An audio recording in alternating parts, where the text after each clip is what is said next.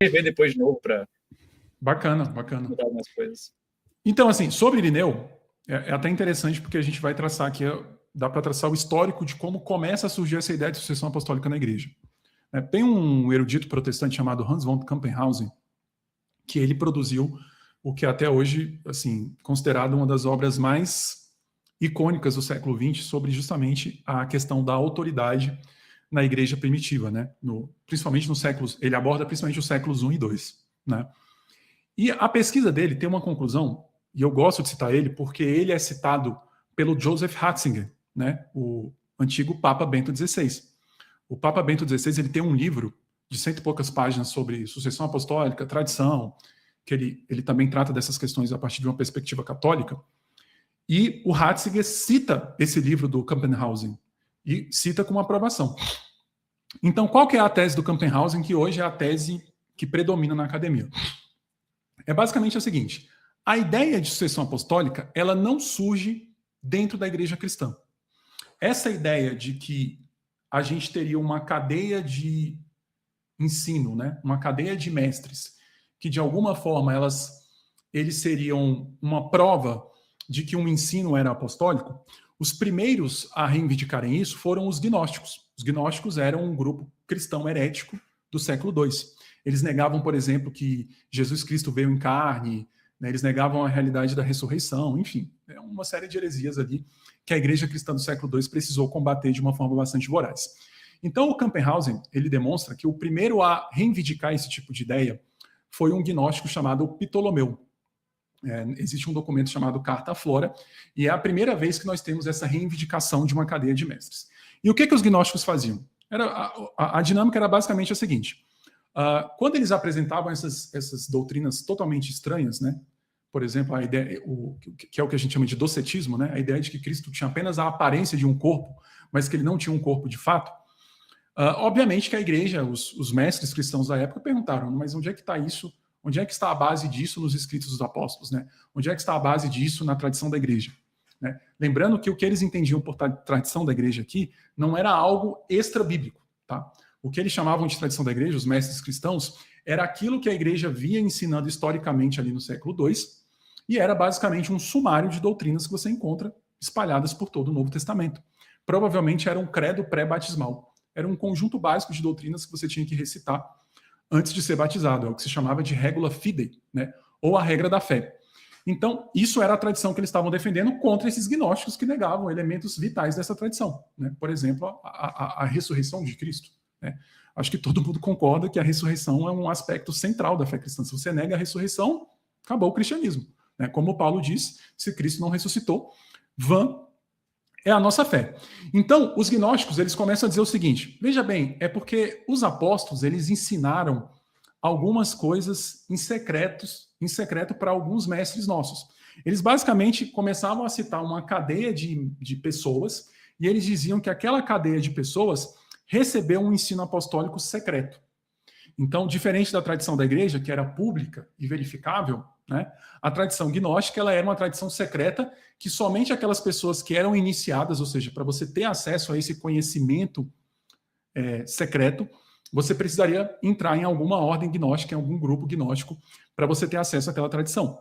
E eles tentavam provar essa tradição citando nomes. Eles falavam, olha, fulano de tal, que era companheiro de Paulo, passou esse ensinamento para o outro, que passou para outro, que passou para outro, e chegou até o mestre gnóstico, por exemplo, como Valentino, ou como Marcião, por exemplo, para citar alguns mestres gnósticos daquele período. Então é nesse contexto que surge pela primeira vez essa ideia de uma sucessão, de uma tradição que é recebida através de uma sucessão de mestres. E aí, a dinâmica, principalmente no livro Contra Heresias de Irineu, era muito clara. Primeiro, eles eram refutados nas escrituras. Irineu diz isso claramente. Irineu demonstrava que nas escrituras não havia base, né? É importante deixar isso bem claro, porque tem muita gente que diz que Irineu não tinha uma Bíblia, o que é um absurdo, tá, gente? Você não tinha ainda um consenso a respeito do cânon bíblico do Novo Testamento no século II. Mas quando você analisa Irineu, por exemplo, ele já tinha os 4 evangelhos, já tinha cartas paulinas, por exemplo, ele já tinha um núcleo canônico bastante robusto ali do que hoje a gente chama Novo Testamento. E ele usava esse núcleo canônico contra os gnósticos. E aí os gnósticos vinham com esse argumento, né? Não, mas veja bem, esse ensinamento, que a gente tem, ele é um ensinamento secreto, é um ensinamento que só a gente recebeu. Eu não sei se vocês conseguem perceber um certo paralelo com esse tipo de argumento, com a argumentação que muitos apologistas católicos usam hoje em relação à tal da tradição oral. Geralmente, né, eu não vou falar que todos, né, a teologia católica no seu mais alto nível não vai usar esse tipo de argumentação, mas no nível mais popular a gente vê uma argumentação que muitas vezes parece muito com o gnosticismo. Eles vão falar, não, veja bem, essa doutrina não está na Bíblia, ela não está nos escritos do Novo Testamento, mas ela foi preservada apenas oralmente, o que era algo que seria impensado para Irineu. A ideia de doutrinas apostólicas sendo preservadas apenas oralmente, ou seja, que fossem suplementares à Escritura, é totalmente estranho ao pensamento de Irineu.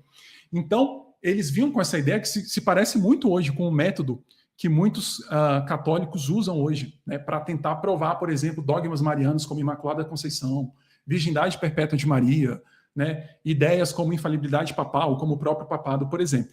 Então, Irineu e outros mestres cristãos, na verdade, o primeiro mestre cristão a fazer isso é um cristão chamado Egésipo.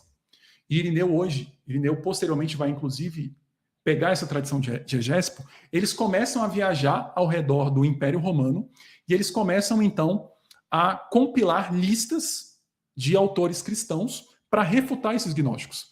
No sentido de dizer o seguinte, vocês estão falando que receberam essa tradição secreta, mas quando a gente vai verificar todas as igrejas, a gente verifica que o ensinamento consensual de todas as igrejas, nesse período da história, a gente está falando do século II, não é isso aí que vocês estão ensinando.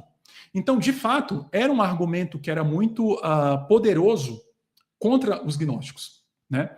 E aí eles começam a criar listas, né? Listas de cristãos que teriam trazido essa tradição que é a regra da fé, contra aqueles grupos heréticos. Só que aí que entra uma questão muito importante. Até mesmo um patrologista católico, por exemplo, chamado Johannes Quasten, ele afirma que a lista de Egésipo, ele não tem a intenção de apresentar uma lista de bispos monárquicos. A intenção dele é apresentar uma lista de gerações de cristãos que mantiveram aquela fé apostólica em contraposição com o que os gnósticos estavam defendendo.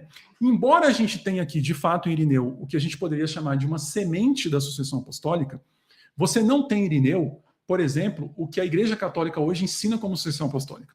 Por exemplo, Irineu, ele não conceberia a ideia de que a validade de uma igreja depende de estar dentro de uma cadeia de ordenações.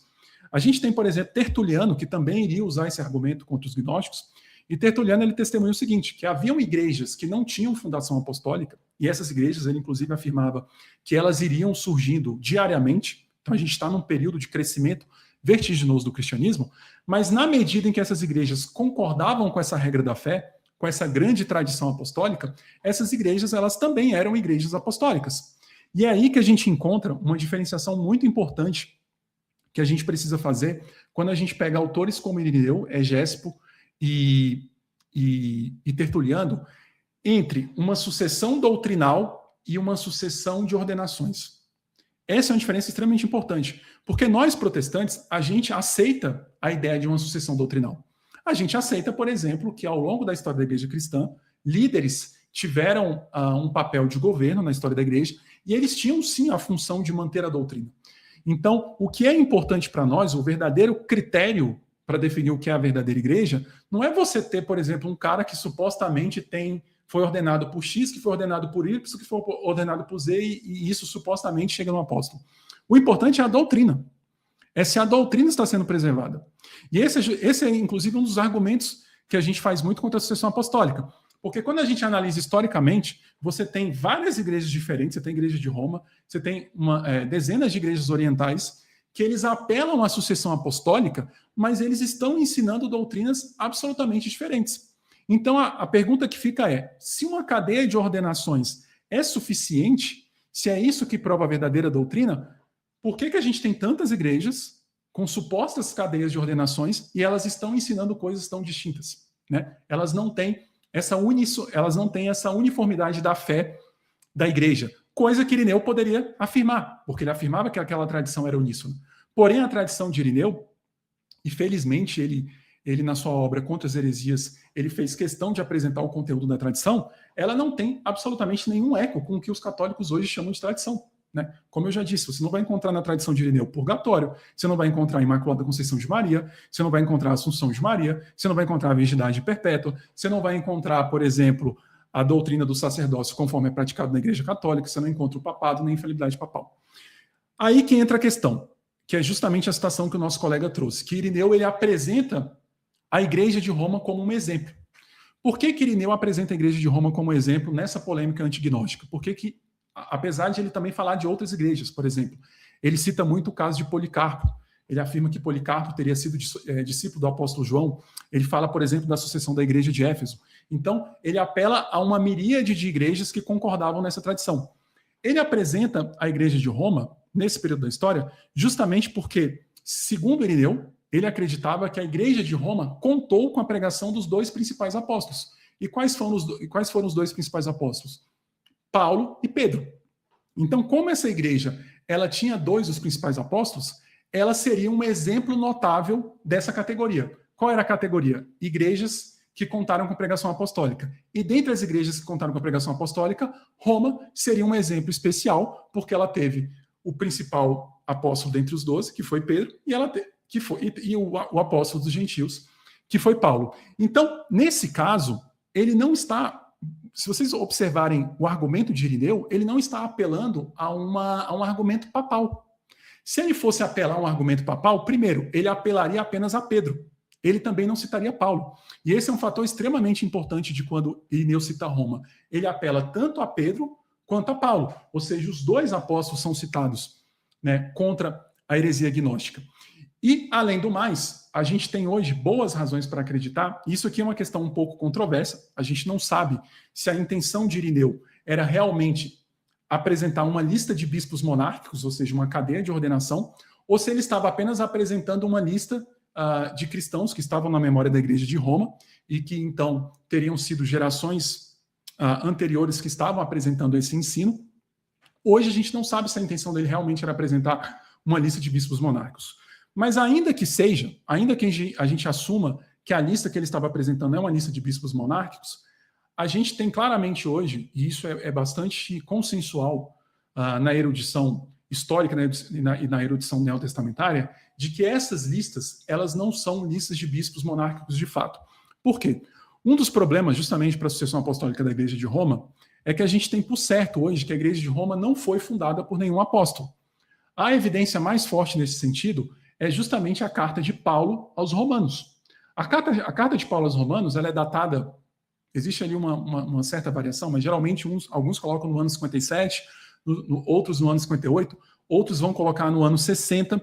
Mas o que a gente tem nessa carta a gente não tem a figura do bispo monárquico. Paulo, por exemplo, no capítulo 16, ele vai, mesmo nunca tendo estado em Roma, mesmo ainda não conhecendo a igreja romana, ele vai enumerar uma série de pessoas que ele conhecia, provavelmente eram missionários que ele havia conhecido nas suas viagens missionárias, e ele nunca enumera um cabeça central. O que eruditos como, por exemplo, Peter Lampe vão dizer é que o que você tinha em Roma nesse período da história era justamente o que a gente chama de uma rede de igrejas domésticas. A gente tem que lembrar que Roma já era uma cidade extremamente grande. A gente está falando de uma cidade com 1 milhão de habitantes. Então você não tinha uma única igreja cristã que iria congregar todos os cristãos, até porque você não tinha espaço para isso. Você provavelmente tinha várias casas, né, que funcionavam como igrejas domésticas, e essas casas você não tinha uma espécie de governo central. Outra questão importante é que nessa carta, o que seria mais importante, pois segundo a tradição católica, a essa altura da história, Pedro já seria o bispo de Roma, é que Paulo não cita Pedro. E isso, inclusive, é apontado como uma grande evidência de que, tão tarde quanto algo em torno do ano 58 ao ano 60, a gente não tem, por exemplo, a presença de Pedro em Roma.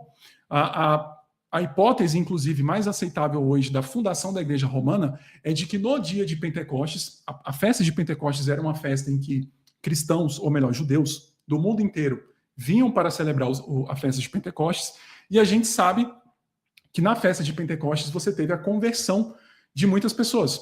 Provavelmente entre esses convertidos estavam pessoas que voltaram para suas cidades de origem, provavelmente cristãos romanos, e lá eles fundaram igrejas domésticas, e é isso que a gente tem ali no primeiro século, falando de Roma. Você tem basicamente uma rede de igrejas domésticas.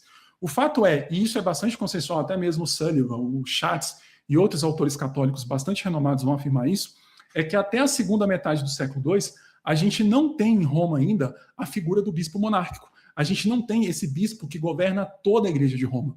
Então a gente não tem como ter um papa em Roma, porque a gente não tem sequer a figura de um bispo de Roma. Isso não é atestado apenas por essa documentação de Romanos. A gente tem, por exemplo, documentos como uma epístola, que é uma epístola da igreja de Roma endereçada à igreja de Corinto. Alguns situam no final do século I, outros vão colocar no final do século II. E essa epístola, ela nunca se refere a nenhum líder unívoco na igreja de Roma. Inclusive, ela fala da estrutura eclesial da igreja como um colégio de presbíteros. Ou seja, no final do século I, início do século II, na epístola que é chamada de Primeira Clemente, a gente continua tendo uma liderança colegial. Quando a gente pega, por exemplo, a epístola de Inácio de Antioquia à igreja romana, ele também não se refere a um bispo monárquico, o que é muito interessante porque Inácio ele é o primeiro autor a trazer essa ideia do bispo monárquico. Então ele fazia muita questão de enfatizar a autoridade do bispo, porém a gente não tem, ele se refere à igreja de Roma de uma forma genérica.